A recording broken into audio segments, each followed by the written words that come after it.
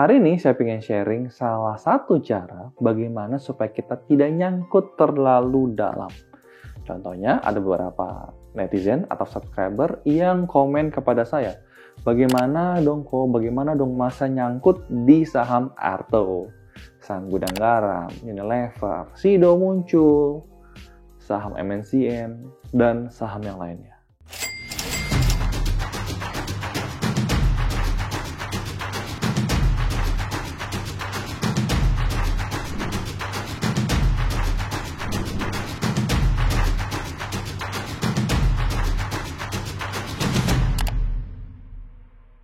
Halo, salam kenal, nama saya Yusuf Arifin Yusuf. Buat kalian yang baru pertama kali main kecil ini, welcome to our channel. Di channel ini saya biasa sharing tentang pasar saham, tentang investasi, dan properti, maupun seputar tentang bisnis. Dan langsung aja kita ke Instagram saya. Di sini saya sharing tentang beberapa saham yang 1 tahun terakhir atau 3 tahun terakhir harganya turun cukup dalam. Yang pertama, MNCN. 3 tahun terakhir turun 60%. Jadi kita menghabiskan waktu. Sebenarnya yang kita habiskan bukan harganya doang, uang kita memang turun, tapi waktu yang kita taruh di sini itu juga berharga sekali.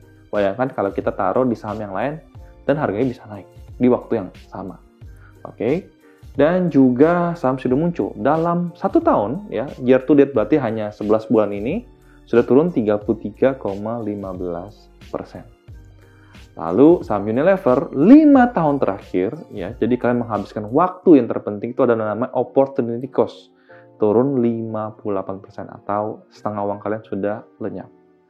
Lalu Arto 1 tahun terakhir turun 61,9%.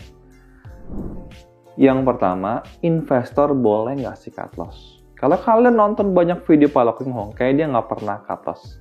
Mungkin Pak Lo Keng Hong memang tidak pernah.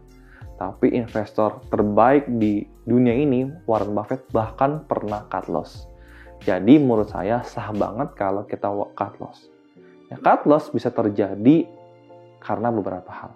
Pertama, ya, waktu kita menganalisa, kemungkinan besar kinerjanya lagi naik. Dan tiba-tiba ternyata kinerjanya setelah laporan keuangan keluar ada tidak sesuai dengan ekspektasi kita.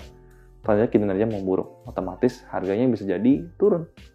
Itu mungkin skenario pertama. Skenario kedua, misalkan Warren Buffett ya investasi di waktu itu di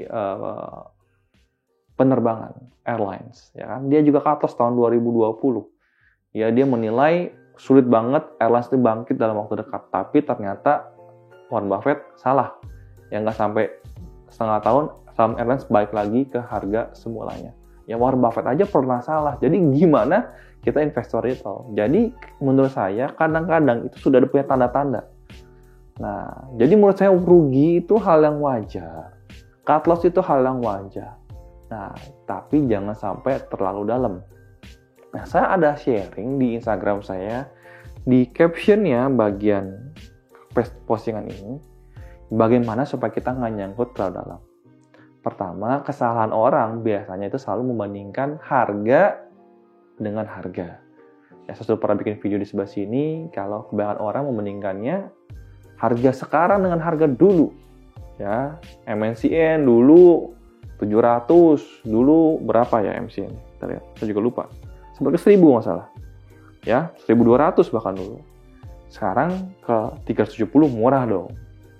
Bandingannya harga dengan harga. Padahal kita nggak pernah membandingkan value-nya sekarang dengan value yang dulu. Jadi agak nggak fair menurut saya. Berikutnya juga sama, saham sudah muncul. Kok bisa turun 33%? Nah, ini menurut saya banyak banget investor yang nakal gitu loh. Ya sabar aja lah, sudah muncul kan selamanya selalu bagus, saya sabar aja. Nanti juga bakal naik, bener. Tapi mungkin Anda menunggu waktu 5 tahun, 10 tahun baru naik. Anda mau nunggu seperti itu terlalu lama. Kalau saya, karena saya punya opportunity yang terbatas, waktu saya terbatas, saya udah umur 36 tahun ini. Saya lebih cepat portfolio saya bertumbuh. Ya, kalau kita punya saham yang turun, bagaimana portfolio kita bisa bertumbuh banyak gitu loh. Turun boleh, wajar, nggak mungkin kita naik terus. Ya, makanya saya selalu bandingkan dengan teman-teman saya yang lebih jago pada saya. Yes, kayak gini aja dia bisa profit banyak. Wah, berarti saya salah memilih sahamnya. Cara saya berpikirnya salah nih. Dari situ baru kita menganalisa, oh kenapa sih dia memilih saham ini? Kenapa sih kita masih hold saham ini? Ya karena kita menunggu terlalu lama. Bukan berarti kita nggak boleh menunggu. Boleh menunggu untuk perusahaan yang kinerjanya bagus.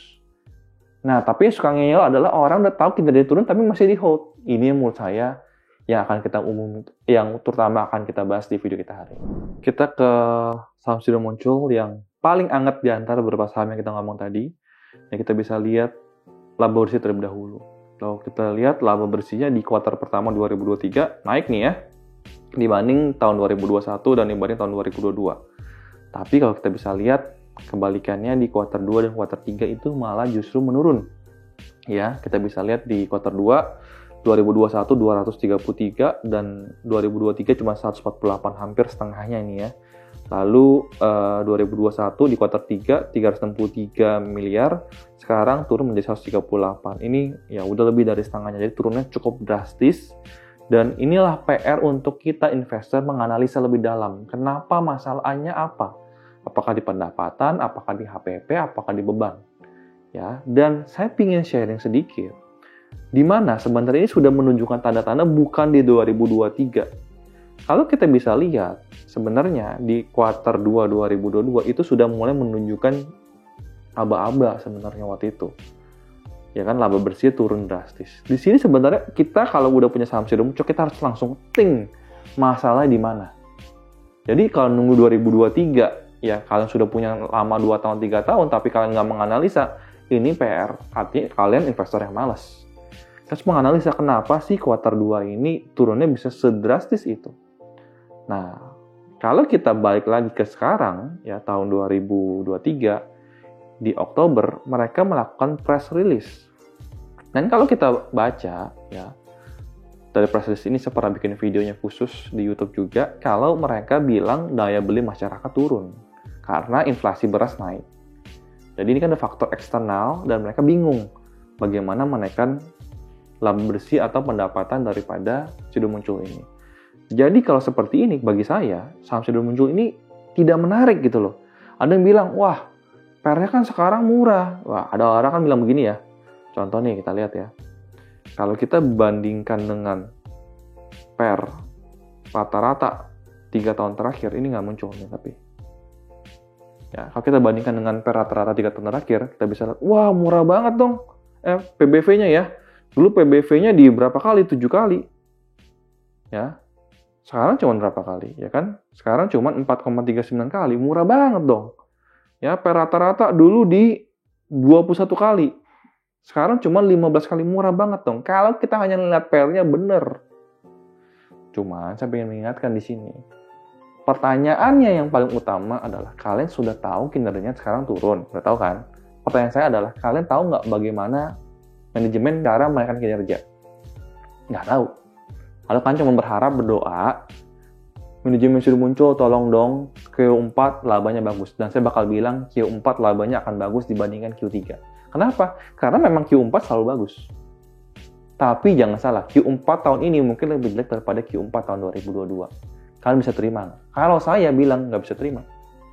Karena jujur, saya belum tahu cara strategi manajemen menaikkan kinerjanya. Sekarang manajemen bilang, ini faktor eksternal nih, karena daya beli turun. Manajemen aja nggak tahu bagaimana kalian bisa tahu, bisa berharap ya perusahaan ini bisa menaikkan kinerjanya. Itulah menurut saya kuncinya. Kalau kalian sendiri nggak tahu, mendingan ya jangan berinvestasi kalau nggak tahu. Investasilah ke perusahaan yang kalian bisa dapat informasinya kalau kinerjanya naik. Kalau saya ngomongnya kalian tahu bagaimana perusahaan labanya bisa naik, artinya sebenarnya nggak banyak dong yang kita bisa tahu perusahaan ini bagaimana labanya naik. Bener kan? Nggak tahu. Oleh karena itu, ada beberapa perusahaan yang kita bisa tahu loh. Contohnya, saya mau contoh ya, dari S Hardware. Saya udah pernah bikin juga videonya tentang S Hardware ini. Bukan bagus atau nggak bagusnya, tapi kita mendapatkan data. Loh, kita bisa tahu ternyata penjualan same store sales growth-nya itu adalah penjualan toko yang sama, pertumbuhannya bagus. Lalu bisa lihat tuh, bagus. Terutama di luar Jawa. Ini kita dapat datanya. Dari data ini, kita bisa mengambil kesimpulan pendapatan mereka akan naik, laba bersih mereka akan naik. Gimana dengan sudah muncul yang kalian nggak punya datanya? Ya kalau saya sebagai investor, mendingan berinvestasi yang sudah pasti. Yang udah punya datanya. daripada yang berharap doang, gitu loh.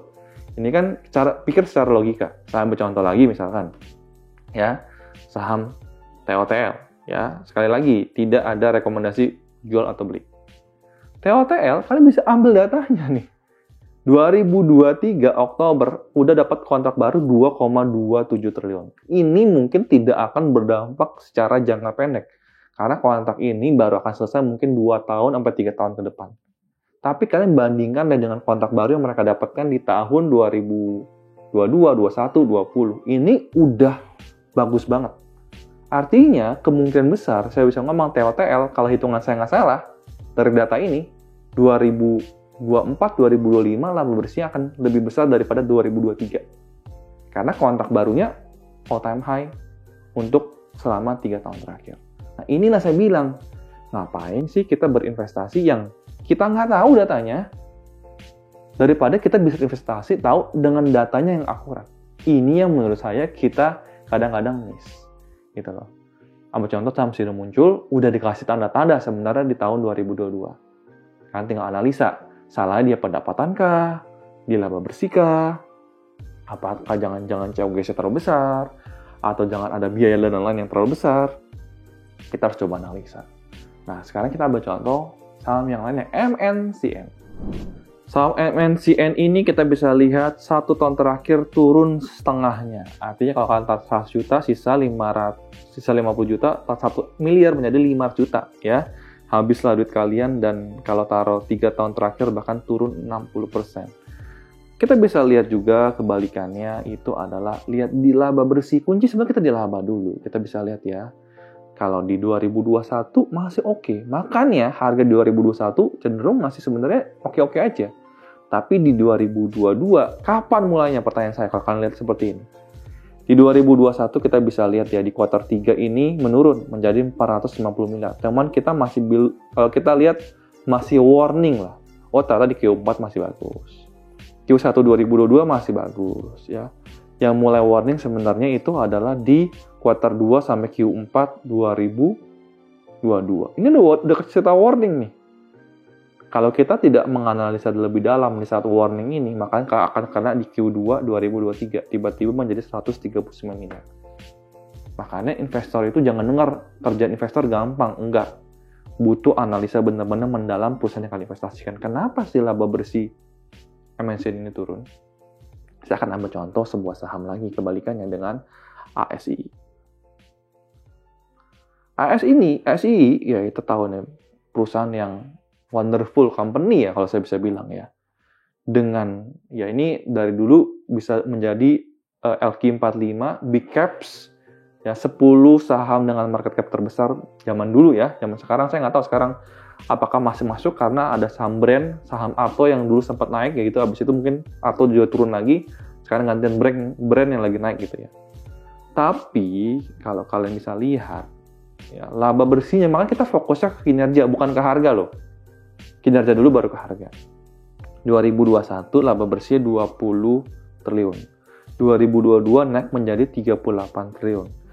2023 kalau nggak aneh-aneh Q4 prediksi berapa? 34 triliun. Bagus nggak? Pertanyaan saya tinggal bagus apa nggak bagus? Bagus dong. Nah, beda dengan MNCN yang tadi yang turun kan. Ini naik. Loh, kalian kalau punya pilihan, sekarang saya nanya deh, lebih pilih perusahaan kinerja bagus apa kinerja turun? Ya pasti pilih yang bagus. Kalau gitu MNCN sama ASI ini ada yang bagus. Kalian maunya yang jelek. Kan aneh gitu loh. Ini udah aneh sebenarnya, investornya sekarang juga aneh.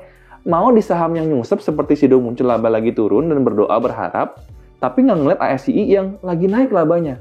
Nah setelah kinerja bagus, pertanyaan apakah murah? Baru PR-nya berikut.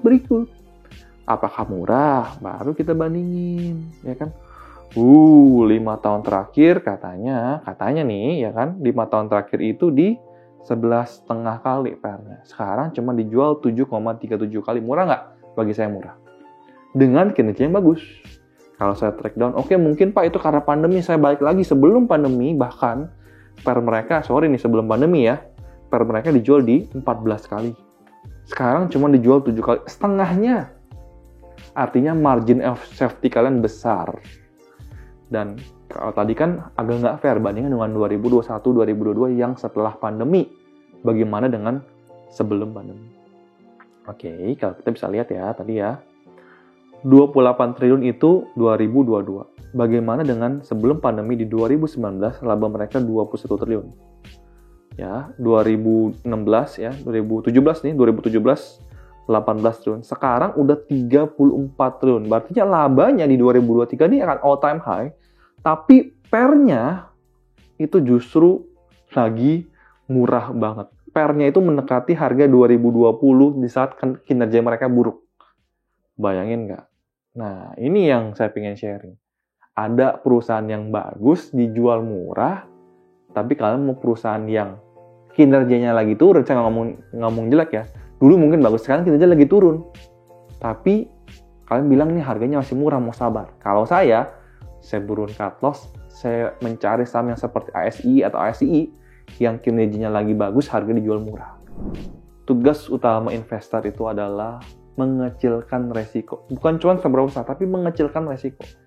Pertanyaan saya, kalau kalian berinvestasi di saham MNC yang sudah muncul, yang kalian nggak tahu bagaimana nanti mereka bisa menaikkan kinerjanya, ya kan? Lalu, apakah kalian bisa bilang kalian melakukan tugas investor yang baik? Kalian nggak tahu resikonya seberapa besar. Nah, lucunya, sebenarnya keunggulan investor itu adalah di saat, menurut saya mencontoh saham SI ini, kinerjanya lagi bagus, harganya murah. Inilah kesempatan investor. Justru orang lain pada nggak narik. Kalau trader mah nggak lihat, wah nggak menarik nih, harganya lagi jelek. Padahal kinerja lagi bagus loh. Nah, masalah kesempatan seperti ini. Ada nggak saham seperti ini? Ada, cuma memang nggak banyak. Oleh karena itu, memang harusnya di portfolio kita, saham kita nggak banyak. Kalau banyak, pertanyaan saya mungkin kalian salah menganalisa. Harusnya mungkin kita tidak punya lebih dari 10. Bahkan sekarang saya cuma punya 4 saham di portfolio utama saya. Ya kenapa? Karena saya berpikir ya memang yang mau bagus banget tuh jarang. Ya, tentu kalian tinggal sesuaikan. Oh, saya punya saham yang stalwart, yang slower, berapa persen, saham yang fast grower, berapa persen. Ya, tinggal itu disesuaikan aja. Ada saham yang defender, harganya nggak bakal kemana-mana, tapi dapat dividen.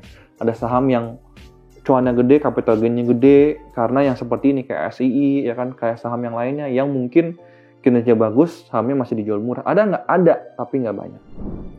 Kalau kalian melakukan tugas investor, ya, kalau udah ada warning, kalian analisa lebih dalam, ternyata ya kalian nggak menemukan jawabannya, mendingan menurut saya ganti ke saham yang kalian bisa mendapatkan jawabannya. Pertanyaan saya, apakah saya tahu kinerja ASI Q4 bakal bagus? Saya juga tidak tahu. Tapi saya ngomong, lebih gampang nggak membedakan ASI dengan MNC dengan sudah muncul tadi? Sama-sama tidak tahu kan bagaimana manajemen menangani kinerjanya. Beda dengan S1 yang saya tahu. Beda mungkin dengan TOTL yang saya tahu. Beda dengan saham Demas yang mungkin saya tahu. Mungkin Q3-nya belum nggak bagus aja, Q4 bakal bagus nanti. Tapi kalau ini sama-sama saya tidak tahu bagaimana manajemen menaikkan kinerjanya.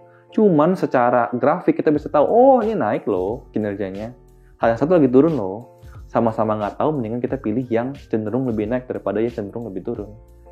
Mudah-mudahan video ini bermanfaat supaya kalian menghindari